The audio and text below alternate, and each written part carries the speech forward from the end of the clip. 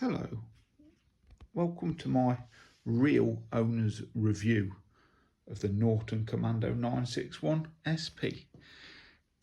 It's truly a warts and all honest opinion on the bike. Owned many bikes, never a classic retro style machine, but here we go. Well, let's start with the basics, shall we? The reason I bought it, the reason that everyone's bought one of these bikes was the finance deal. I'm not as lucky as the dude that bought one for £20, 20 a month, but at £69 a month, you can't really complain. Apart from the fact that I've not had it for very long, and I've not been able to use it for most of that time because of Norton, but we'll go into that a bit in a little while. But I'll give you a quick look around the bike. It's dirty since the last time it went out, and I'll point out some of the flaws that's with the bike that I've not seen on anybody else's reviews, and if you've had the same problems, let me know. But yeah, it's the bike itself, the parts are brilliant, but it has its budget shortfall. You can tell that certain things have been built on a budget or not to the best standard. So if you look around, all the parts that you just purchase and bolt on, like mudguards and forks, are absolutely stunning. The quality is beautiful. It is a little dirty, like I say. You have to excuse my garage, it's a bit of a mess.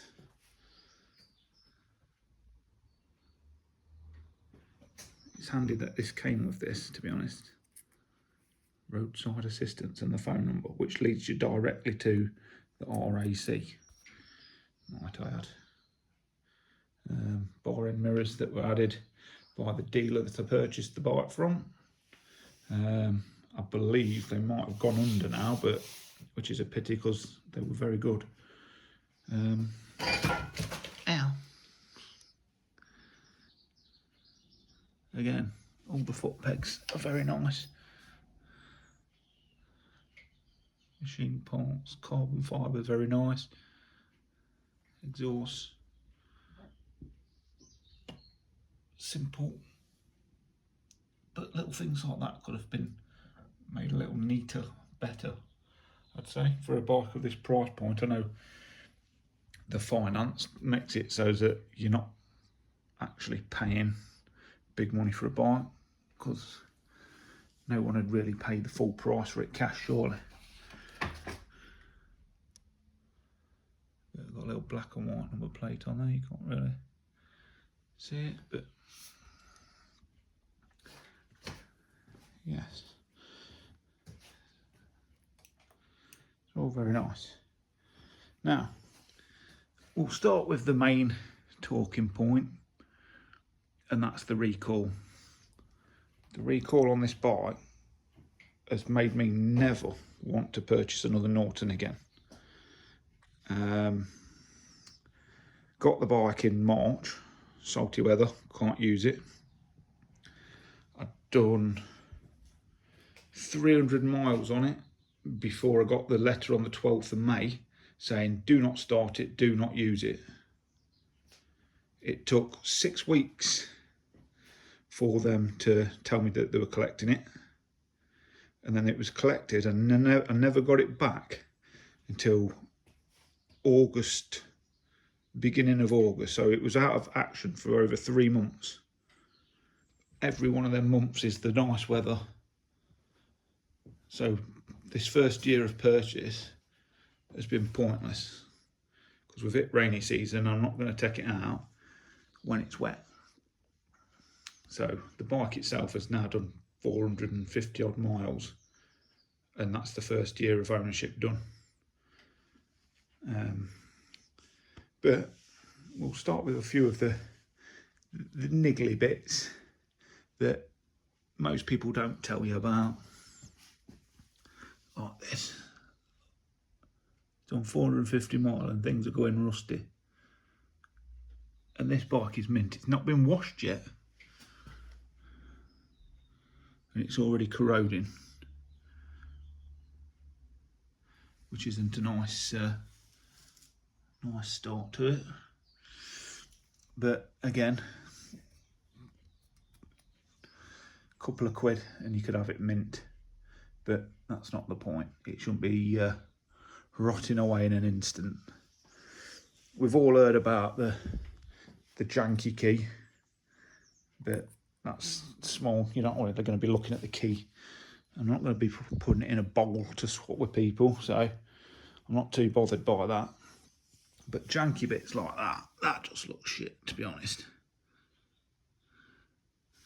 And you do see that. You're looking at this. People do get a close-up look at this, and then they see that and go, yeah, that's a bit jank, that.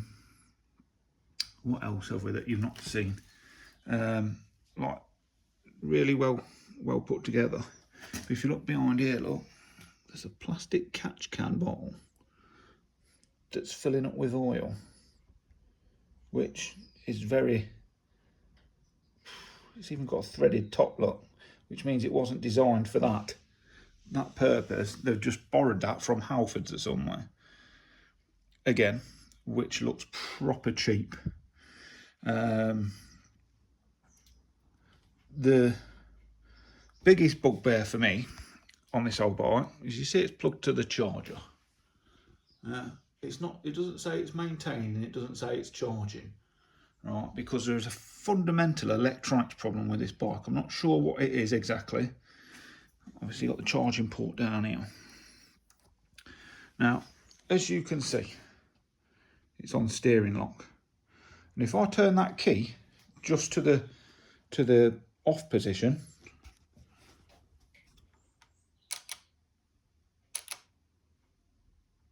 you get the light flash on. Yeah, and that's into the that position. Now, if I turn the key to lock position, it flashes. Right. Now, you can turn the key, turn it on so all the lights come on, and you can do this, like, watch.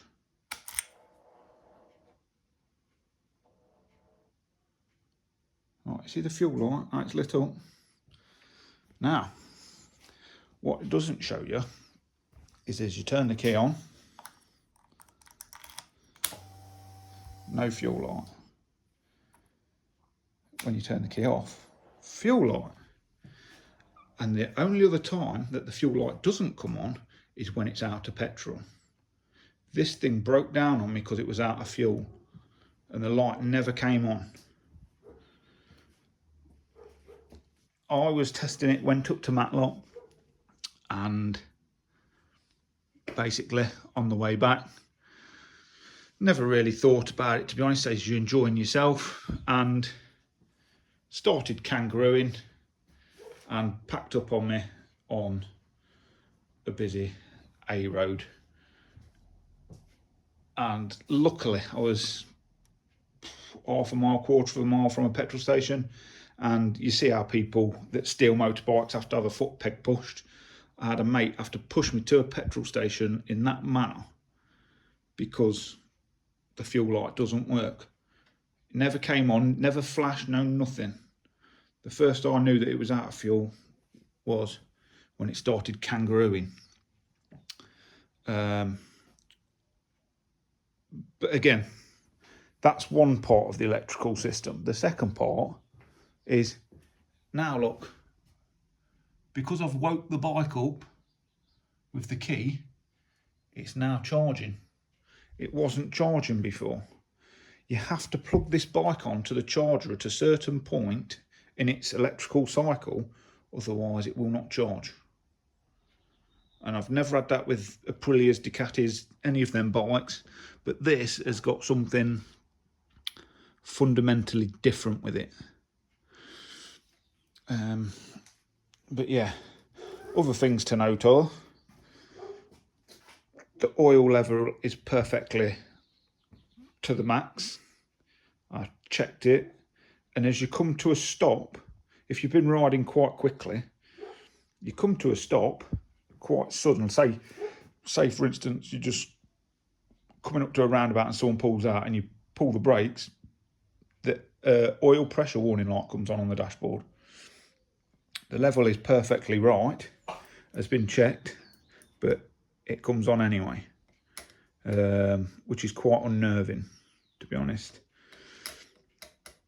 Other flaws with this is that as you come to a stop, for whatever reason, again, like if someone's pulling out on you, slam the brakes on,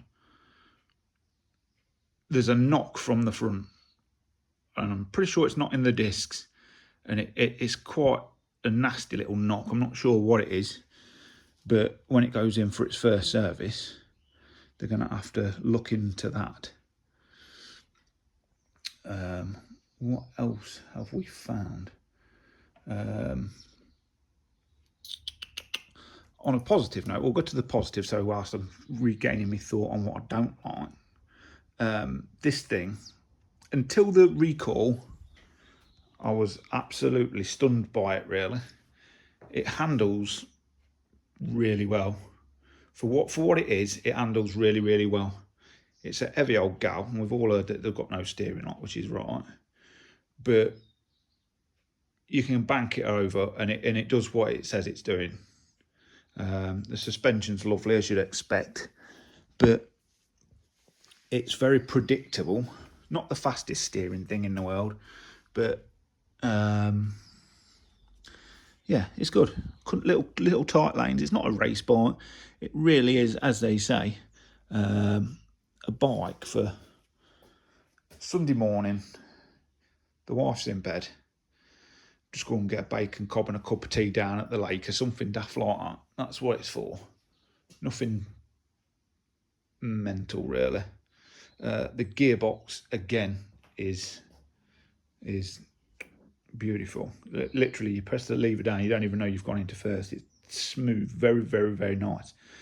And it sounds really, really nice. Like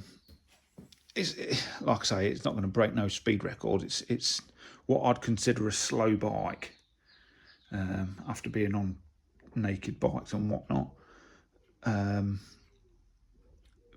But it sounds well. It's like almost like it's got no cats in it, and it stinks like fuel. So that whatever cats they have put in it don't really do a lot.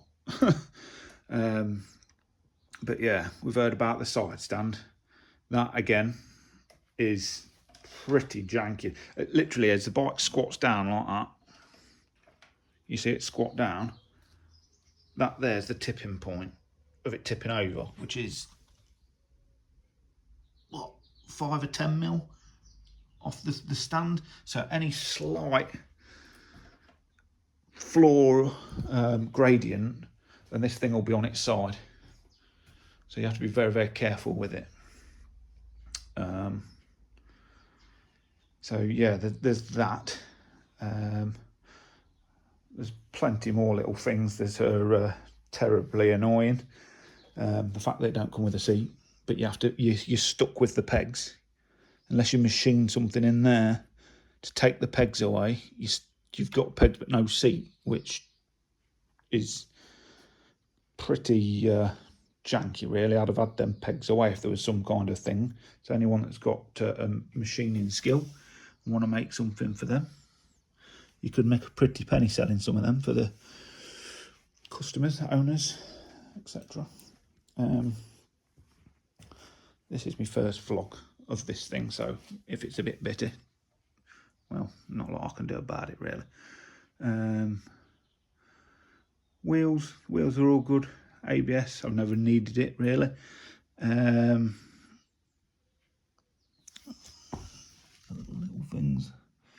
Little things, everything's nice, nicely machined bits. But that's, I wouldn't want to get this thing mucky and covered in mud, because it'd be a bit of a bugger to clean. Look at that. It's just what you want. Never seen water. Never even been through a cold winter yet. Like all of this, what the? It's just a little bit janky. in places, but you get all of this and it's lovely. This, lovely. Frame, acceptable. Nice, nice. All of this is lovely. This, it is what it is. But this to see one in person, when I first got it, it was more than I was expecting. But the more you look around it, there are some questionable parts. I have heard that the next incarnation of Norton are absolutely beautiful. And that's just a rumour I've heard. Now, look at that. Leaky exhaust on a brand new bike. I'm not going to start it up because everyone's heard them already. But yeah, clutch is good. Engine, again, it is what it is. I miss a quick shifter, which is the biggest letdown, but really, there's no need for a quick shifter on this. This is also terribly annoying. These things here, it's like it's got like it feels like it's got a coating on it, like I'd say it feels like suede, but it's not a suede. It's hard to explain. An uncoated. Wow. I can't explain it to you, but they mark. I've got an electric gate key, and it marks everything, and you cannot wipe it off, which is janky.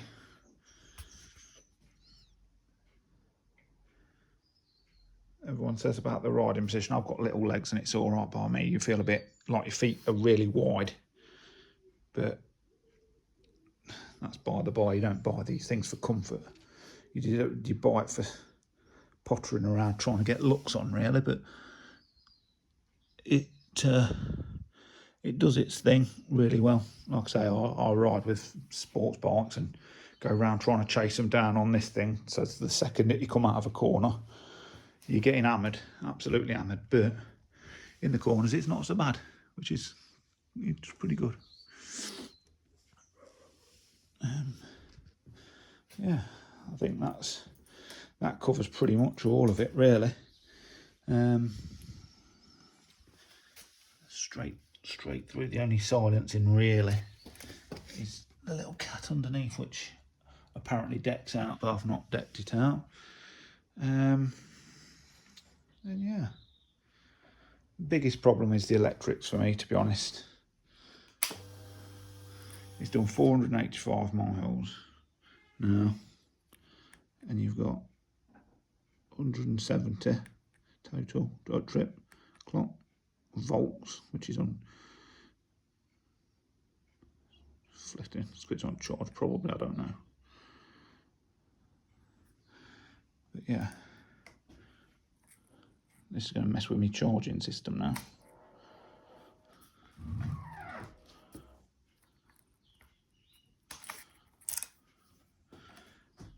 Yeah, it's a very pleasant bike.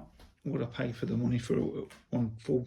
No, it was only because it was cheap, and I think Norton themselves are going to have a bit of a shock.